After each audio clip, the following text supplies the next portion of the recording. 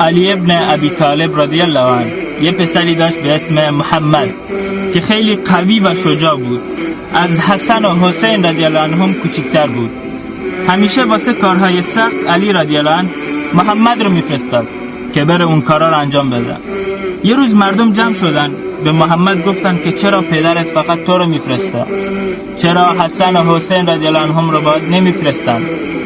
محمد خیلی جواب قشنگی داد. گفت که حسن و حسین 2 تا چشمای پدرم هستن و من دست پدرم هستم و دست از چشمها مواظبت میکنه. این جمله چقدر ارزش داره. این داداشمه. و الله متعال در مورد موسی و هارون میفرمایند سنشد عضدک باخیک، به زودی بازوی تو رو با برادرت قوی و نیرومند خواهیم کرد.